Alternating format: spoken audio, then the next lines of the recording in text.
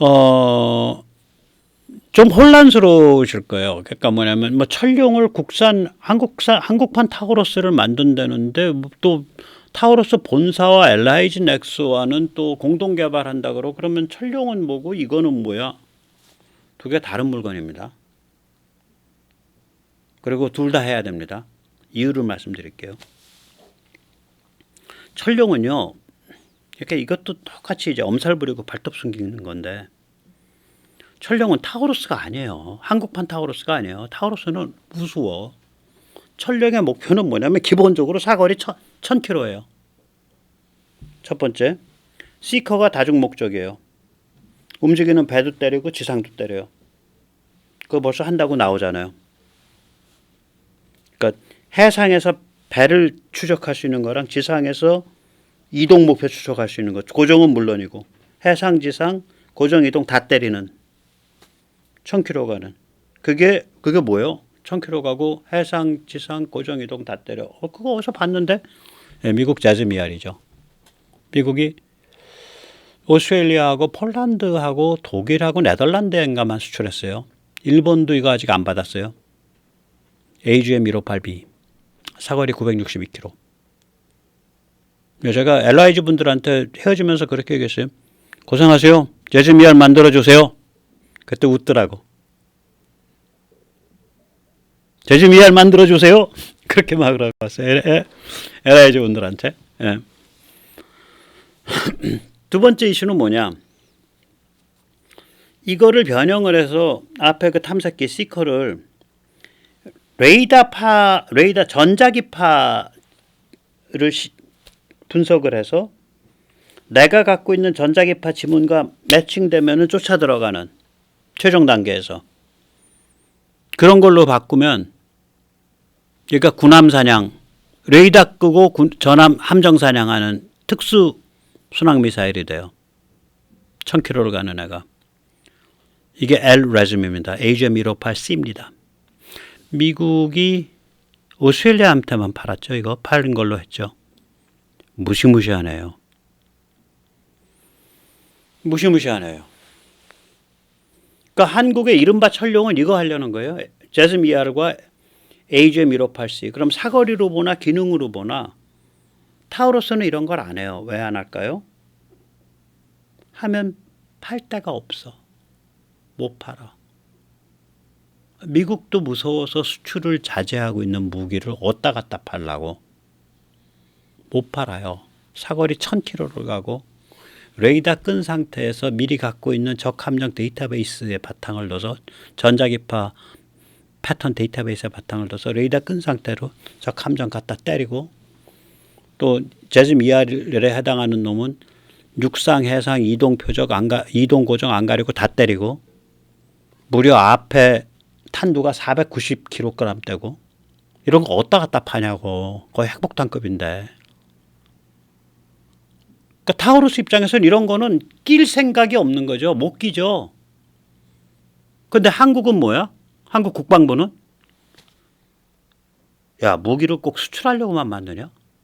우리 필요하면 만드는 거지. 야 만들어. 이거 하고 있는 거예요. 그럼 이제 LIG 입장에서 생각을 해보세요. 열심히 만들었어. 몇 개 팔라고. 수출 못해. 한국군한테만 파는 거예요. 물론 KF-21 수출할 때 병풍은 할 수 있어. 그러니까 지금 당장은 귀국에 우리가 이 물건을 못 팔지만 귀국이 이번에 하마스 테러 당하듯이 귀국이 우크라이나가 러시아 침공 당하듯이 그런 억울한 일을 당해서 온 국제사회가 다 분발하면 그때 국제사회가 양해 아래 우리가 이걸 귀국한테 팔 수 있습니다라는 그 암묵적인 병풍 아우라 역할은 해요. 그러나 당장은 못 팔아요. 저거 너무 무서워서 제가 여러 번 말씀드렸잖아요. 미국도 너무 무서운 무기라서 한국에 잘 안 파는 무기들 아니에요. 이게 제가 그 4대 전략성 무기, 전략성 미사일, 공중발사 이런 것들이거든 전부. 그럼 LIG 넥스원에서는 저거 실컷 만들어도 국내밖에 시장이 없어. 그런데 쟤하고 타우러스 소형 900kg짜리하고는 타우러스하고 비슷해. 서로 한 70, 80%가 겹쳐. 그리고 타우러스 이거 이거 한 900kg짜리. 그래서 500km 가는 거. 얘는 시장에 좀 있어. 또 타우루스 입장에서는 어차피 타우루스 지금 많이 못 팔아요. 근데 한국이 뭐 KF-21 팔고 FA-50 파는 거 보니까 900kg 정도 무게 나가고 500kg 가는 거 만들면은 팔 것 같아. 세계 시장에서. 그리고 그 정도 팔고 돌아다니는 건 뭐 세계 군사지정학을 크게 흔드는 것 같지 않아. 그래서 만들어야겠는데 이걸 한국이랑 손잡고 만들면은 좀 개발비도 좀 절약되고 제조 원가도 낮아지고 이익도 많이 남고 뭐 한국에 그래도 뭐 단 200발이라도 살 테니까 기본 처음에 고객도 만들어지고 그러니까 LIG 넥스원한테 러브콜을 보내는 거지. LIG 넥스원 입장에서는 저 철룡 만들어 봐야 한국 전용이니까 수출을 못해서 돈이 안 되니까 저 기술과 거의 80% 이상 겹치는데 수출이 가능한 무기를 하려니까 타우루스랑 손잡는 게 유리하고. 그래서 LIG 타우루스가 그렇게 나오는 거예요. 그래서 그 어떤 그 유명한 유튜버 오늘 보니까 한국형 타우루스, LIG와 저기 뭐 누가 만든다. 아니에요. 한국형 순항 미사일. 한국형 순항 미사일 아니에요. 저건 수출용이에요. 한국은요. 나 참 왜 그렇게 뽑는지 모르겠어. 한국은 이 포방부, 국방부가요. 일단 한 반지가 강한 걸 좋아해요. 그거 말이야. 기본적으로 몸집이 말이지. 한 1300kg 나가야 되고 말이야. 그거 1350 나가야겠지. 그리고 말이야. 저기 한 1000kg는 가야 되고 말이야. 탄두는 말이야. 한 490kg 나와야지. 그건 뭐 째째하게 쪼만해 갖고 그 되겠어. 이런 게 있어요. 한국 국방부가. 또 맞고. 저건 한국용이 아니에요. 거의. 한국이 FA-50에 쓰려고 뭐 한 200-300발은 살 텐데 타우루스와 LIG가 손을 잡는 이유는 한국 바깥의 시장을 보고 있는 거예요. LIG 입장에서는 개고생해서 천둥 만들어 봐야 딱 한국만 팔고 끝나는 무기예요. 저 무기가. 전략성 공중발사 미사일들이 다 그렇습니다. 그래서 고민이 많은 분야죠. 근데 애국하세요 하고 밀어붙이고 있는 거지. 국방부는. 좋습니다.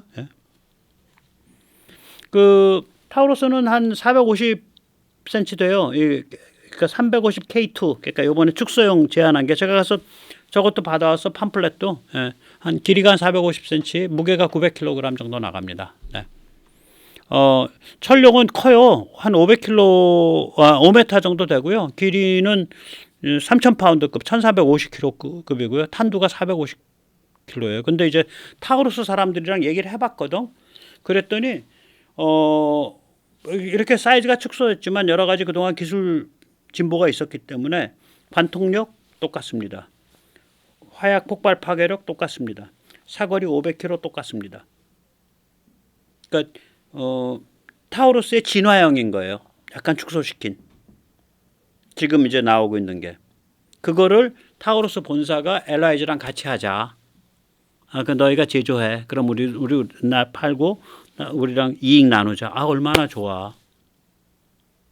그럼 LIG는 그거 하면서 한국 철룡을 위한 여러 가지 기술과 또 접목이 되고 또 이렇게 기술이 교류가 되고 한 70-80% 이상은. 좋은 거죠, 서로.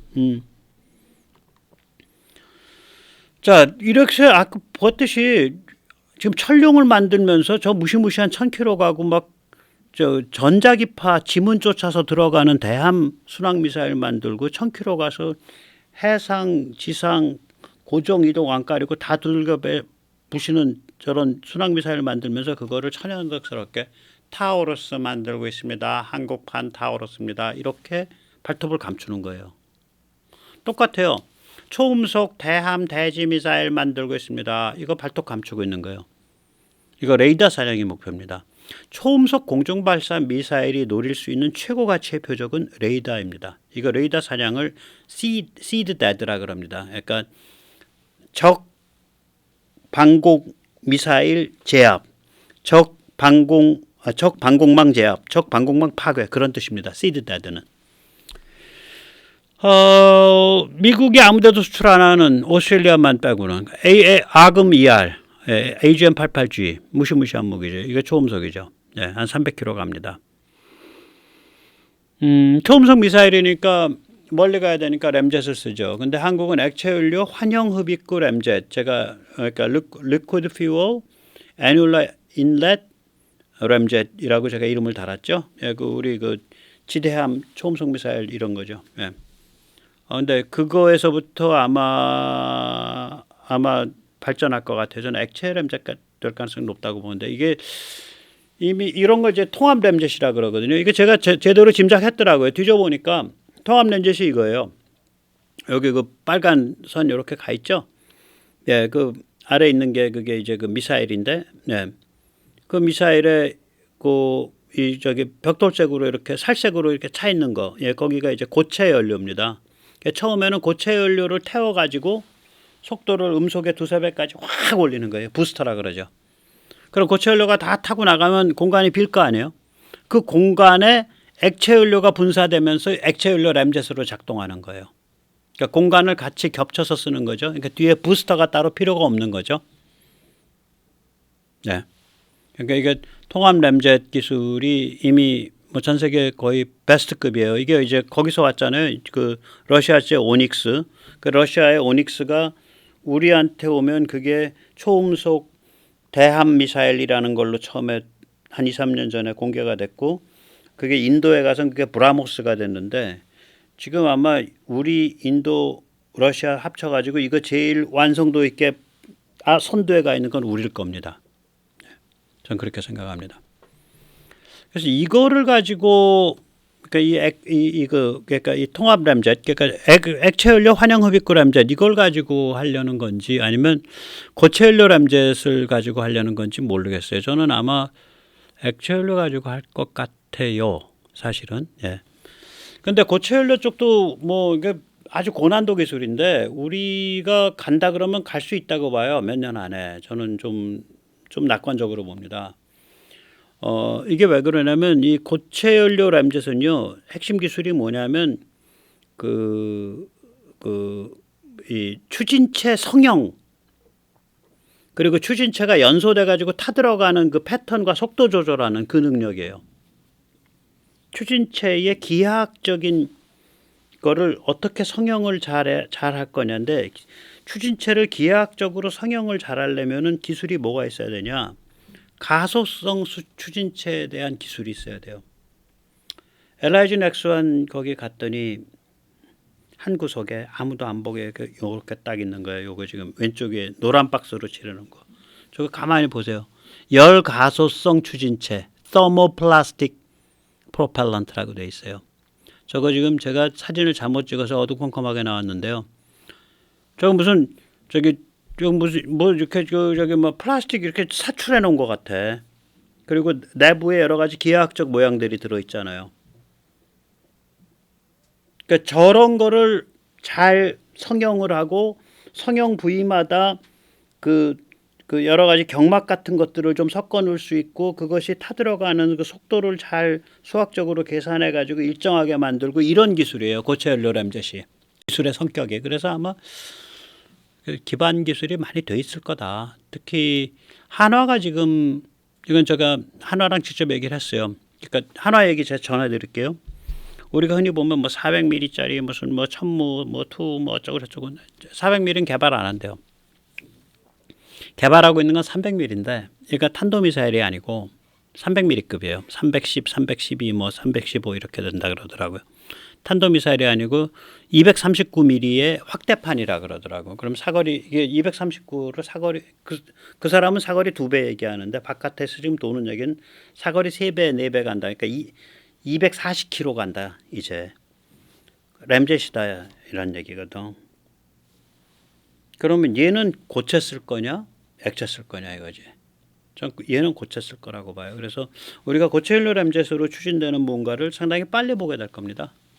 전 느낌이 좀 그래요. 굉장히 고난도 기술인데 전 세계에서 이걸 하는 데가 그 미티어를 한 그 NVDA하고, 그리고 미국이 이걸 잘 다루죠. 미국의 그 코요테 표적기도 고체 연료 램젯이고요. 또 미국의 아마 아금 ER이 고체 연료 램젯으로 알아요. 예. 미국이 이걸 잘 다룹니다. 의외로. 예.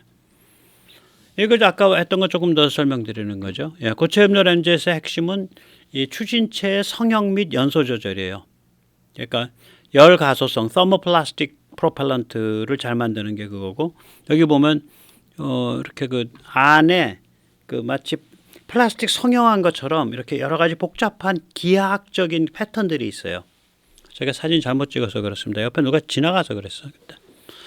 그 다음에 이제 액체 연료 램젯의 핵심은 통합 램젯 기술인데, 그러니까 이게 이제 그 고체 연료 다 떼고 나서 그 빈 공간에 그 다음에 그거를 액체 연료 이제 그걸로 쓰는 거죠. 근데 이게 이제 발달하게 되면은 이제 뭐 혼합 하이브리드도 나오겠죠. 그러니까 고체 연료가 타 들어갈 때 이미 고체 연료에 바깥에서부터 산소가 공급되는. 그러니까 고체 연료가 타 들어갈 때 어느 속도 이상 되면 고체 연료 램젯으로 가다가 그게 다 탄 다음에 그 다음에 액체 연료 램젯으로 가고. 왜 그러면 고체로만 안 가냐? 고체만 가게 되면 대형화하는데 좀 문제가 있다 그래요. 고체는 그럴 거예요. 이게 이 그 가소성 열가소성이 그 성형 추진체를 쓰니까 성형된 그 추진체의 그 기하학적인 골박에는 그 시뮬레이션이 복잡성이 이게 직경이 커지고 길이가 길수록 굉장히 그 풀기가 어려운 문제가 생길 수 있어요. 이게 잘은 모르겠는데, 그래서 이게 아마 대형화되기 위해서는 액체 연료가 편할 텐데, 그 액체 연료를 그러니까 미티어 같이 그건 소형이잖아요. 직경이 작잖아. 그런 탄두도 가볍고, 탄두 25kg인가 뭐 30kg밖에 안 돼. 미티어 그거. 그런 거는 고체 연료 램젯 전체로 가는 게 좋은데, 이게 뭐 앞에 묵직해 가지고 한 큰 거를 짓고 한 500km 날아가야 된다. 탄도 한 100km, 150km 짓고 그러면은 얘기가 달라지잖아요. 그래서 이런 문제, 통합 램젯이 맞다고 생각을 합니다. 아무튼 이런 것들이 다 기술들이 돼 있는 셈이죠. 특히 통합 램젯은 아주 기술이 올라서 있고요. 네. 자, 이제 다 보셨을 거예요. 이제 저렇게 해서 이제 치명적인 무기, 레이더 사냥 무기, 레이더 사냥 미사일, 함정 사냥 미사일 1000km짜리, 레이더 사냥 미사일 한 300에서 500km짜리 초음속. 그다음에 해상, 지상 안 가리고 이동 고정 안 가리고 막 때리는 순항 1000km짜리 순항 미사일, 뭐 이런 무시무시한 치명적 미사일이 이제 또 갖다 붙는단 말이에요. KF-21에. 그래서 뭐 저는 제가 아주 좀 무서운 무기가 될 거다. 근데 이제 여기서 잠시 이제 그 중국 군사 평론가들이 뭐 이런 얘기도 많이 하죠. 추력 편향 노즐이 중요합니다. 그게 없으면 진정한 5세대가 아니고 그게 없으면 힘을 못 쓰는 전투기입니다. 이런 얘기를 하는데 헛소리입니다. 어떤 완벽한 절대적 기술은 없습니다. 모든 기술은 대가가 따릅니다. 특히 추력 편향 노즐이 그렇습니다. 미국은 이미 30년 전에 추력 편향 기술을 마스터했습니다. X-31, 이게 사진의 왼쪽 위, 나사에서 주도한 프로젝트입니다. 그 다음에 FA-18, 이거는 아마 제가 사진에 안 나와 있는 것 같아요. 그 다음에 그 F-16 비스타, 이건 사진의 오른쪽 위, 사진의 왼쪽 아래, 이게 다 FA 비스타일 겁니다. 네. 그 다음에 F-15 액티브, 이게 사진의 오른쪽 아래, 이거 다 엔진 꽁무니를 추력 편향 노즐로 고쳐가지고 실험했던 겁니다. 그때 다 성공시켰어요. 언제? 30년 전에. 그때 이제 가장 중요한 장점이 기동성 강화가 아니에요. 그건 부수적 장점이고, 제일 중요한 장점이 추력 편향 노즐을 써놓으니까 엔진이 정지하는 상황, 스톨. 그 다음에 회전이 걷잡을 수 없이 컨트롤을 벗어나는 상황. 그 다음에 급강하가 컨트롤을 벗어나는 상황. 이럴 때 회복을 할 때 굉장히 좋더라는 거예요. 그러니까 주로 이런 급작스러운 비행 조종 불가 상황에서 회복할 때 추력 편향 노즐이 굉장히 좋더라. 그게 최대의 장점으로 꼽았어요. 그러니까 우리가 흔히 추력 편향 노즐이 있으면 코블하게 동을 하고 기동성이 좋아지고 그런 거는 마이너한 장점이에요. 그러니까 비행 조종이 불가능한 상태에 빠졌을 때 다시 비행 조종력을 회복할 때 추력 편향 노즐이 좋다. 이거 제가 다 조사한 겁니다. 단점은 뭐냐면 이거 하게 되니까 무게랑 체력이 증가하더라.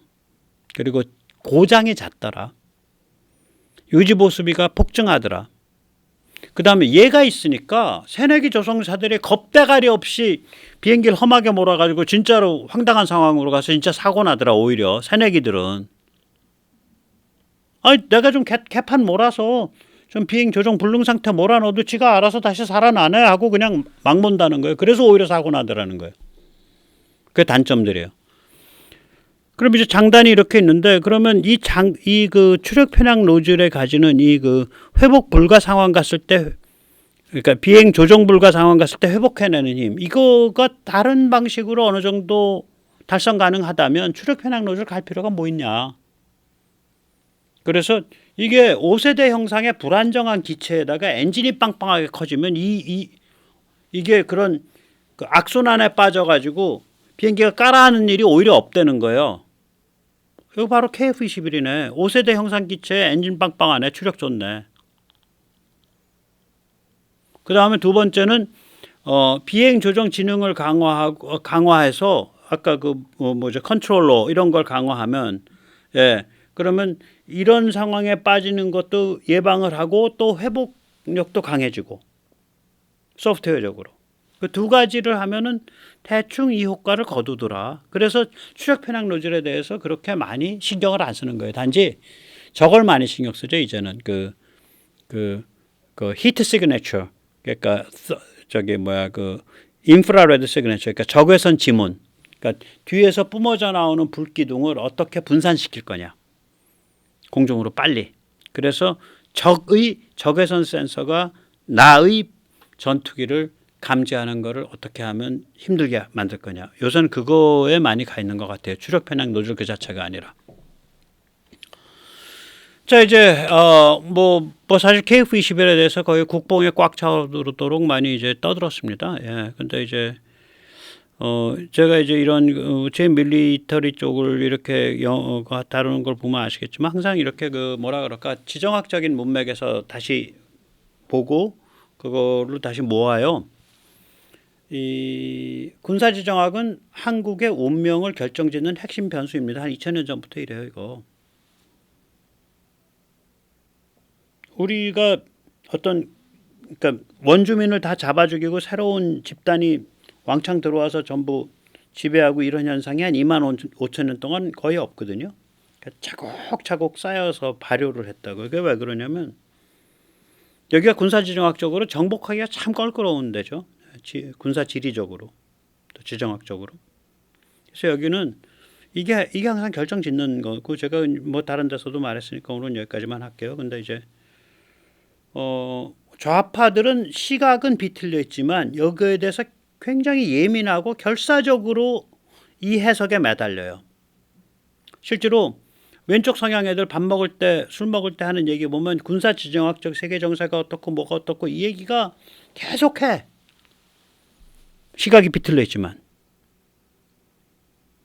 좌파 쪽에서의 최고의 군사지정학 그러니까 정확했다는 뜻이 아니에요. 비틀려 있는 거죠. 최고의 영향력을 확보했던 그 영향력이 좋다는 뜻이 아닙니다. 김일성과 리영이죠. 그런데 우리는 그거를 훨씬 더 넘어서는 생명과 자유와 개인을 위한 군사지정학을 펼친 사람들이 있어요. 목숨까지 내놓고. 우남도 미국과 다툴 때 목숨 내놨고 박정희 대통령은 미국과 마찰이 굉장히 심한 끝에 뭐 어떤 식이든지 간에 결국 죽음에 이른 분이고 근데 이런 사람들이 가지고 있던 군사지정학의 그 고민을 우리가 그 경지조차 몰라. 예를 들어서 이런 거 아니에요. 박정희 대통령이 유신을 한 것은 중화공급화를 위해 가지고 그걸 계속해서 경제 발전을 이루기 위한 겁니다. 얼마나 황당한 소리냐. 경제 발전하려고 그러면은 자유민주주의에서 권위주의로 넘어가나? 굉장히 천박한 소리거든요. 거기에는 뭐가 빠져 있냐면 1970 키신저에 의해서 시작된 미중 화해의 시작. 1971년에 중국이 되면서 유엔의 상임이사국이 되고 대만은 국제무대에서 쫓겨나 버린 사건. 1972년 뮌헨 테러. 1973년 73인가 76 욤키프르 중동전쟁. 그리고 오일 쇼크. 이거 다 대한민국이 풍전등화에 놓이는 군사지정학적 사건이에요. 국가의 존망이 걸린 이 위기를 뚫고 나가기 위해서 권위주의로 튀어버린 거예요. 유신으로. 그 지금까지 이른바 우파니 이른바 보수라는 사람들이 박정희 대통령의 유신은 중화공업화를 완성해서 경제발전을 다시 마지막으로 완성하기 위한 것이었습니다. 웃기고 천박한 소리죠. 그러니까 우리가 이 박정희 대통령이나 호남 이승만 대통령의 경지조차 이해하지 못하는 천박한 수준에서 놀고 있는 거예요. 왼쪽 애들은 개소리고 비틀린 소리지만 결사적으로 군사지정학적 해석을 시도하고 그리고 그것을 가장 잘 대중적으로 자기들 입맛에 맞게 그것을 계속해서 풀어준 리영이를 삽으로 모시고 있고 그 게임이 안 되는 거지. 그래서 저는 아끼다가 똥 된다고 우리 그 군사무기의 발전에 대해서 뭐 정부는 뭐 말 조심하시는 거 좋아. 근데 이 민간에 있는 좀 아는 사람들이 생겨서 이것이 이 그 한반도 주변 또 세계의 그런 군사지정학적인 게임에서 어떤 의미를 가지는지를 가감없이 얘기를 하고 또 그걸 위해서 이 무기가 가지는 장단점과 그 지평을 뭐 그 국뽕 욕을 먹더라도 가감없이 얘기하는 그런 풍조가 좀 생겼으면 좋겠다. 그런 종류의 마키아벨리들이 좀 많이 출연했으면 좋겠다. 그런 생각을 합니다. 예, 오늘 여기까지 모시겠습니다. 감사합니다.